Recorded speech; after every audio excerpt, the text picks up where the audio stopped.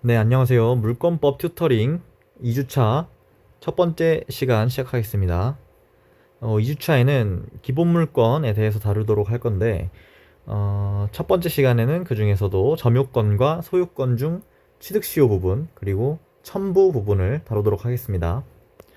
예, 우선 기본 물권은 점유권과 소유권으로 이루어집니다. 그 민법 조문으로 따지면 저번에 읽었던 제 191조까지 그 191조 이후 부분이죠. 192조부터 278조 이렇게 한 80여 개 정도 되는데 이 조문들을 모두 활용하지는 않습니다. 중간에 사문화된 조문이 있기 때문에 그렇게 많이 조문 알 필요는 없다. 많은 조문 알 필요 없다. 말씀드리고 싶고, 이제 점유권부터 시작하도록 하겠습니다. 제2장입니다. 제2장 점유권 제 192조부터 210조고, 점유권 자체에서 배울 게 많지는 않은데 이제 뒤에 점유취득시효와 연결되는 부분이 있고, 그래서 한번 살펴보도록 하겠습니다. 제 192조부터 시작합니다. 제 192조 점유권의 취득과 소멸. 물건을 사실상 지배하는 자는 점유권이 있다. 2항 점유자가 죄송합니다. 자, 2항 점유자가 물건에 대한 사실상의 지배를 상실한 때에는 점유권이 소멸한다. 그러나 제204조의 규정에 의하여 점유를 회수한 때에는 그러하지 아니하다. 제192조는 점유의 요건, 물건을 사실상 지배하는 것, 점유의 요건에 대한 그런 규정입니다. 다음은 제193조 상속으로 인한 점유권의 이전. 점유권은 상속인에 이전한다. 제194조 간접점유 지상권, 전세권, 질권, 사용대차, 임대차, 임치, 기타의 관계로 타인으로 하여금 물건을 점유하게 한 자는 간접으로 점유권이 있다. 193조와 194조는 점유권 확대에 대한 조문입니다. 그래서 이제 관련 쟁점으로는 상속인이 피상속인의 점유와 분리 주장이 가능한지 여부, 이게 문제되는데, 판례에 따르면 새로운 권한에 의하여 자기 고유의 점유를 시작하지 않는 한 자기만의 점유를 주장할 수는 없다고 하여 원칙적으로 부정하는 입장입니다. 다음은 제 195조입니다. 제 195조 점유 보조자 가사상, 영업상, 기타 유사한 관계에 의하여 타인의 지시를 받아 물건에 대한 사실상의 지배를 하는 때에는 그 타인만을 점유자로 한다. 자, 193조, 194조와는 다르게 195조는 점유권 축소를 규정한 그런 규정입니다. 다음 제 196조 점유권의 양도 1항 점유권의 양도는 점유물의 인도로 그 효력이 생긴다. 2항 전항의 점유권의 양도에는 제 188조 제2항, 제 189조, 제 190조의 규정을 준용한다. 제 196조는 점유권의 양도에 관한 규정입니다. 딱히 중요한 조문인 것 같지는 않습니다. 자, 이 다음에 나온 부분부터가 이제 점유취득시효 관련해서 197, 198, 199, 200 이렇게 인용을 하는 경우가 많아서 한번 읽어보는 것이 좋습니다. 한번 읽어보도록 하겠습니다. 제197조 점유의 태양 1항 점유자는 소유의 의사로 선의, 평온 및 공연하게 점유한 것으로 추정한다. 2항 선의의 점유자라도 본건에 관한 소에 패소한 때에는 그 소가 제기된 때로부터 악의의 점유자로 본다. 제198조 점유 계속의 추정 전후 양시에 점유한 사실이 있는 때에는 그 점유는 계속한 것으로 추정한다. 제199조 점유의 승계의 주장과 그 효과 1항 점유자의 승계인은 자기의 점유만을 주장하거나 자기의 점유와 전 점유자의 점유를 아울러 주장할 수 있다. 2항 전 점유자의 점유를 아울러 주장하는 경우에는 그 하자도 계승한다. 제200조 권리의 적법의 추정 점유자가 점유물에 대하여 행사하는 권리는 적법하게 보유한 것으로 추정한다. 이렇게 네 가지 조문 기억해 두시면 좋을 것 같습니다. 자, 다음은 점유자와 회복자의 관계에 대한 조문입니다. 제 201조부터 제 203조는 굉장히 많이 접하게 되실 조문이라서 한번 주의 깊게 봐두시면 좋을 것 같습니다. 제 201조 점유자와 과실 1항 선의의 점유자는 점유물의 과실을 취득한다. 2항 악의의 점유자는 수취한 과실을 반환하여야 하며 소비하였거나 과실로 인하여 훼손 또는 수취하지 못한 경우에는 그 과실의 대가를 보상하여야 한다. 사망, 전항의 규정은 폭력 또는 은비에 의한 점유자에 준용한다. 제202조 점유자의 회복자에 대한 책임. 점유물이 점유자의 책임 있는 사유로 인하여 멸실 또는 훼손한 때에는 악의의 점유자는 그 손해의 전부를 배상하여야 하며 선의의 점유자는 이익이 현존하는 한도에서 배상하여야 한다. 소유의 의사가 없는 점유자는 선의의 경우에도 손해의 전부를 배상하여야 한다. 제203조 점유자의 상환 청구권. 1항 점유자가 점유물을 반환할 때에는 회복자에 대하여 점유물을 보존하기 위하여 지출한 금액, 기타 필요비의 상환을 청구할 수 있다. 그러나 점유자가 과실을 취득한 경우에는 통상의 필요비는 청구하지 못한다. 2항 점유자가 점유물을 개량하기 위하여 지출한 금액, 기타 유익비가 관하여는 그 가액의 증가가 현존한 경우에 한하여 회복자의 선택에 조차 그 지출 금액이나 증가액의 상환을 청구할 수 있다. 3항 전항의 경우에 법원은 회복자의 청구에 의하여 상당한 상환기간을 허용할 수 있다. 그래서 이렇게 세 가지 조문이 있고 제201조가 선의의 점유자의 과실 취득권을 규정한 규정입니다. 그래서 요건으로는 첫 번째 선의, 이 선의란 과실 수준을 포함하는 본권을 가지고 있다고 오신하는 점유자일 것. 그리고 두 번째로 무과실, 오신을 함에 있어서 정당한 근거가 있어야 한다. 이 두 가지 요건이 충족되면 선의 점유자의 과실 취득권이 인정이 됩니다. 그리고 관련해서 악의 점유자의 과실 반환 의무에 대해서 제201조 2항은 748조 2항의 특칙이 아니다라는 거 기억해 두시면 좋겠습니다.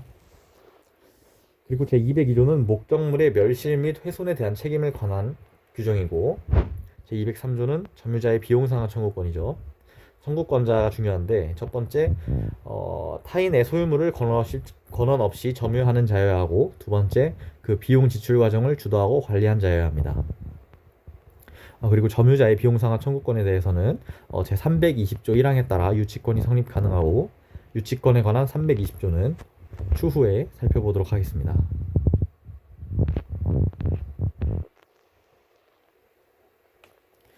이 밑부분 제204조부터 210조까지는 중요도가 크지 않은 조문들이라서 한번 듣기만 해도 될 것 같고 208조, 209조 정도만 학기 중에 다시 한번 찾아보시면 좋을 것 같습니다. 자, 제204조 점유의 회수. 점유자가 점유의 침탈을 당한 때에는 그 물건의 반환 및 손해 배상을 청구할 수 있다. 2항 전항의 청구권은 침탈자의 특별 승계에 대하여는 행사하지 못한다. 그러나 승계인이 악의인 때에는 그러하지 아니하다. 3항 제1항의 청구권은 침탈을 당한 날로부터 1년 내에 행사하여야 한다. 제205조 점유의 보유. 1항 점유자가 점유의 방해를 받은 때에는 그 방해의 제거 및 손해의 배상을 청구할 수 있다. 2항 전항의 청구권은 방해가 종료한 날로부터 1년 내에 행사하여야 한다. 3항 공사로 인하여 점유의 방해를 받은 경우에는 공사 착수 후 1년을 경과하거나 그 공사가 완성한 때에는 방해의 제거를 청구하지 못한다. 제206조 점유의 보전. 1항 점유자가 점유의 방해를 받을 염려가 있는 때에는 그 방해의 예방 또는 손해배상의 담보를 청구할 수 있다. 2항 공사로 인하여 점유의 방해를 받을 염려가 있는 경우에는 전조 제3항의 규정을 준용한다. 제207조 간접 점유의 보호. 1항 전 3조의 청구권은 제194조의 규정에 의한 간접 점유자도 이를 행사할 수 있다. 2항 점유자가 점유의 침탈을 당한 경우에 간접 점유자는 그 물건을 점유자에게 반환할 것을 청구할 수 있고 점유자가 그 물건의 반환을 받을 수 없거나 이를 원하지 아니하는 때에는 자기에게 반환할 것을 청구할 수 있다. 제208조 점유의 소와 본권의 소와의 관계. 1항 점유권에 기인한 소와 본권에 기인한 소는 서로 영향을 미치지 아니한다. 2항 점유권에 기인한 소는 본권에 관한 이유로 재판하지 못한다. 제209조 자력구제. 1항 점유자는 그 점유를 부정히 침탈 또는 방해하는 행위에 대하여 자력으로서 이를 방해할 수 있다. 2항 점유물이 침탈되었을 경우에 부동산일 때에는 점유자는 침탈 후 즉시 가해자를 배제하여 이를 탈환할 수 있고 동산일 때에는 점유자는 현장에서 또는 추적하여 가해자로부터 이를 탈환할 수 있다. 제210조 준점유. 본장의 규정은 재산권을 사실상 행사하는 경우에 준용한다. 자, 이렇게 해서 점유권에 대한 규정을 살펴봤습니다. 자, 기본 물권 중에서는 점유권보다 이 다음에 등장하는 소유권에 관한 규정이 좀 더 중요하고, 소유권에서 이제 문제들도 많이 출제되는 편입니다. 소유권은 물권 제3장에서 규정하고 있습니다. 조문으로 따지면 제211조부터 제278조까지고, 소유권에 관한 4대 쟁점으로 취득시효, 명의신탁, 공동소유, 부합이 있고, 여기 적어놓은 순서대로 중요하다고 생각하시면 될 것 같습니다. 첫 번째 시간에서는 이 네 가지 중에 취득시효와 부합에 대해 다루고, 다음 두 번째 시간에서는 공동소유 그리고 명의신탁에 대해 다루도록 하겠습니다. 제1절 소유권의 한계에 관한 내용입니다. 제211조 소유권의 내용. 소유자는 법률의 범위 내에서 그 소유물을 사용, 수익, 처분할 권리가 있다. 제212조 토지 소유권의 범위. 토지의 소유권은 정당한 이익 있는 범위 내에서 토지의 상하에 미친다. 제213조 소유물 반환 청구권. 소유자는 그 소유에 속한 물건을 점유한 자에 대하여 반환을 청구할 수 있다. 그러나 점유자가 그 물건을 점유할 권리가 있는 때에는 반환을 거부할 수 있다. 제214조 소유물 방해 제거, 방해 예방 청구권. 소유자는 소유권을 방해하는 자에 대하여 방해의 제거를 청구할 수 있고, 소유권을 방해할 염려 있는 행위를 하는 자에 대하여 그 예방이나 손해배상의 담보를 청구할 수 있다. 제215조 건물의 구분 소유. 1항 수인이 한 채의 건물을 구분하여 각각 그 일부분을 소유한 때에는 건물과 그 부속물 중 공용하는 부분은 그의 공유로 추정한다. 2항 공용 부분의 보존에 관한 비용, 기타의 부담은 각자의 소유 부분에 가액에 비례하여 분담한다. 이렇게 소유권의 한계에 대한 내용이 규정되어 있고, 제211조는 소유권 그 자체, 소유권이 어떤 권리가 있는지에 대한 내용입니다. 민법에서는 그렇게 많이 등장하는 것 같진 않고, 민사소송법 소송물 파트를 다룰 때 나중에 다루시게 될 텐데, 그때 이제 조금 보게 되는 조문인 것 같습니다. 그리고 213조와 214조는 너무 중요하니까 첫 번째 시간에도 이제 설명을 드렸고, 굉장히 거의 물권법을 공부하는 매일 접하실 규정입니다. 그리고 215조는 건물의 구분소에 관한 규정인데, 아파트 같은 것들이 많다 보니 특별법이 제정돼서 민법에서는 그다지 중요한 조문이 아닌 것으로 그렇게 보입니다. 다음으로 이제 216조부터 244조까지는 219조를 제외하고는 아직까지 제가 본 적이 없습니다. 그리고 변시에서도 볼 일이 없을 것 같은데 사문화되었다고 합니다. 그래서 219조만 잠깐 살펴보면 주의토지 통행권에 관한 내용인데, 1항 어느 토지와 공로 사이에 그 토지의 용도에 필요한 통로가 없는 경우에 그 토지 소유자는 주위의 토지를 통행 또는 통로로 하지 아니하면 공로에 출입할 수 없거나 과다한 비용을 요하는 때에는 그 주위의 토지를 통행할 수 있고, 필요한 경우에는 통로를 개설할 수 있다. 그러나 이로 인한 손해가 가장 적은 장소와 방법을 선택하여야 한다. 2항 전항의 통행권자는 통행지 소유자의 손해를 보상해야 한다. 이렇게 제219조만 간단하게 정리하시면 될 것 같습니다.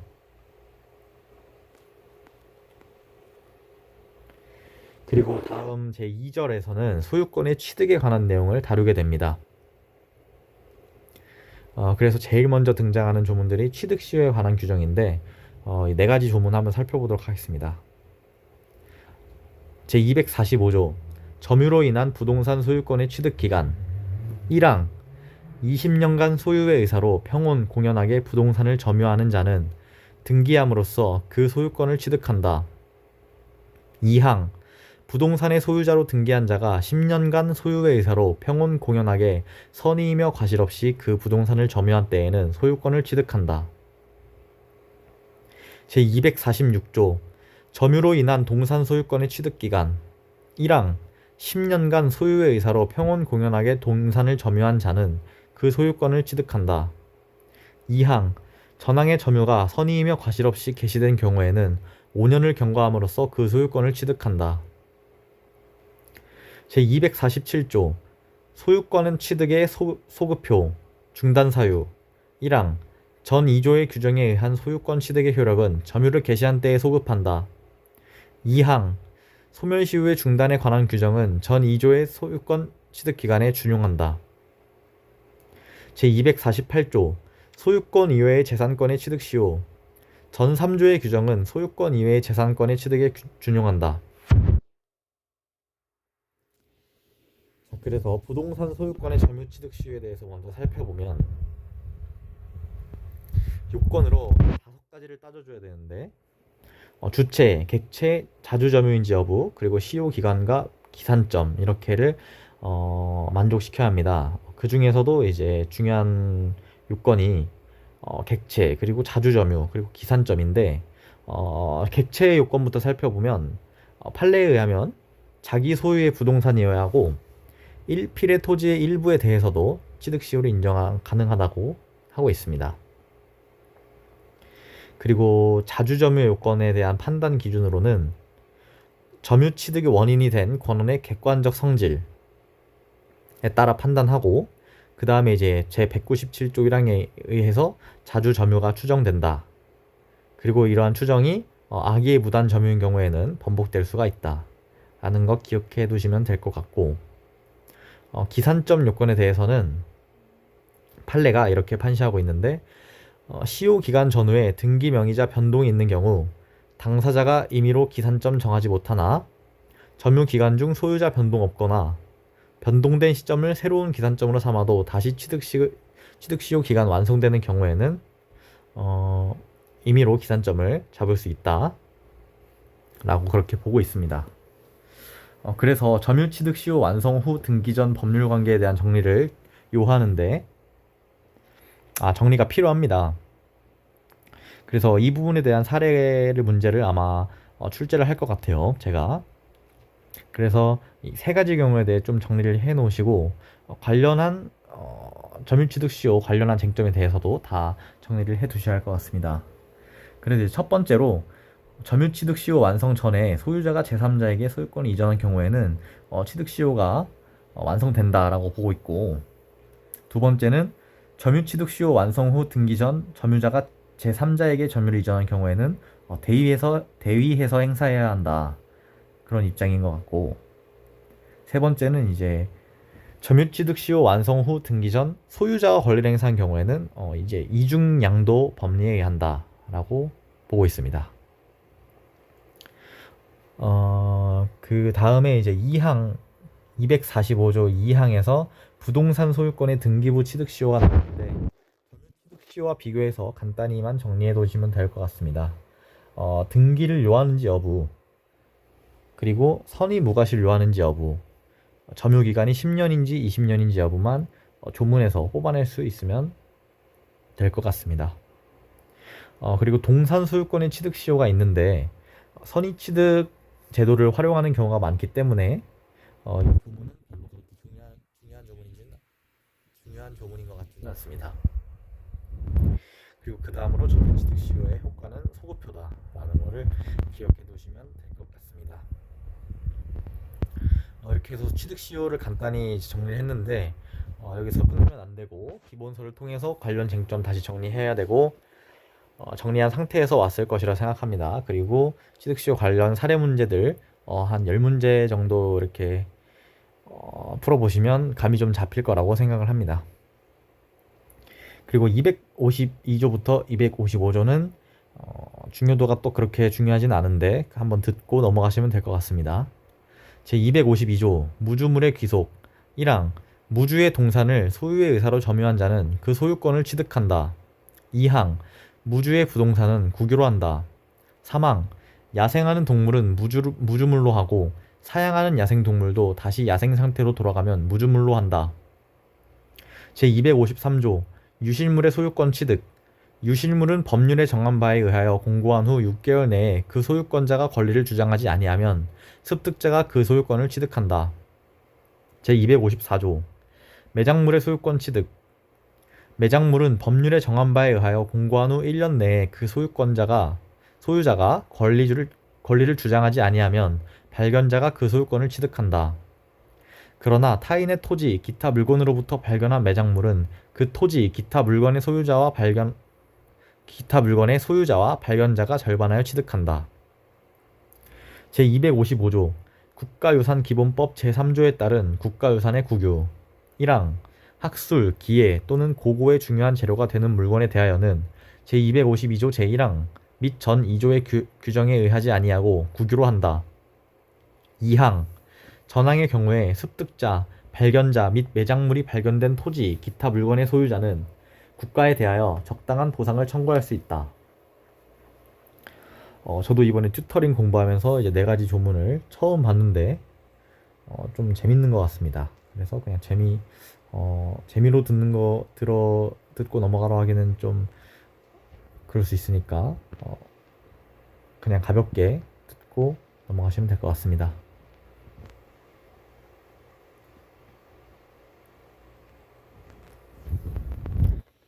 자, 이제 다음은 첨부에 관한 규정들입니다. 첨부는 이제 부합, 혼화, 가공 3가지를 합쳐서 첨부라고 하는데 이 3가지 중에서는 부합만 잘 기억해 두시면 될 것 같습니다. 그래서 제256조부터 몇 조까지죠? 제261조까지인데 한번 살펴보도록 하겠습니다. 제256조 부동산의 부합 부동산의 소유자는 그 부동산에 부합한 물건의 소유권을 취득한다. 그러나 타인의 권한에 의하여 부속된 것은 그러하지 아니하다.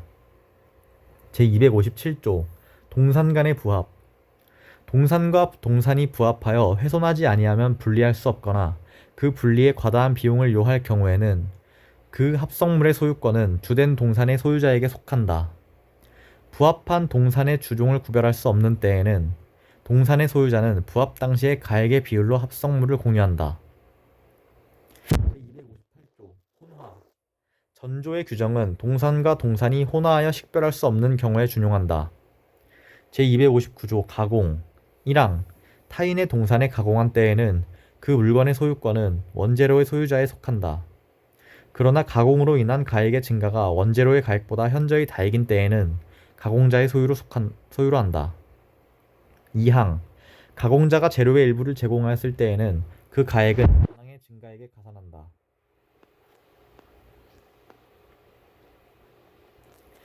제260조 첨부의 효과 1항 전 4조의 규정에 의하여 동산의 소유권이 소멸한 때에는 그 동산을 목적으로 한 다른 권리도 소멸한다. 2항 동산의 소유자가 합성물, 혼합물 또는 가공물의 단독 소유자가 된 때에는 전항의 권리는 합성물, 혼합물 또는 가공물에 존속하고 그 공유자가 된 때에는 그 지분에 존속한다.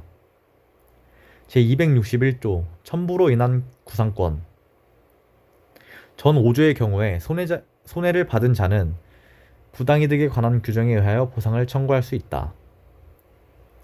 이렇게 조문을 살펴봤고 혼화 가공은 그냥 조문만 찾을 수 있으면 될 것 같고 부합에 대해서는 부합의 정도를 좀 기억해 놓으시면 좋을 것 같고 강한 부합, 약한 부합, 독립된 물건인 경우 이렇게 해서 강, 약, 독 이런 순서로 외우면 될 것 같습니다.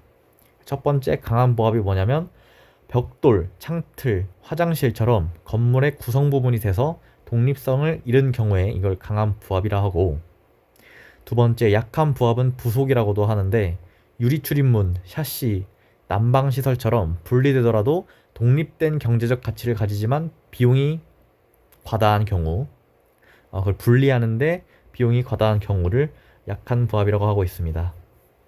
그리고 세 번째 언제든지 떼어가 쓸 수 있어 완전히 독립한 물건인 경우 이렇게 부합의 정도가 3가지로 나뉜다 기억하시면 될 것 같고 그리고 261조 보상 청구에 대해서는 부당이득의 요건도 충족해야 된다.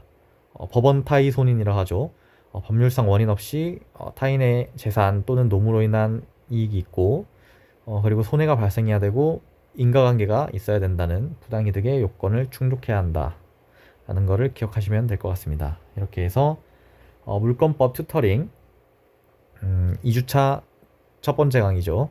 점유권과 소유권 중에 취득시효 그리고 첨부에 관한 부분을 살펴보았습니다. 그래서 민법 제 192조인가요? 192조부터 제 261조까지를 살펴봤습니다.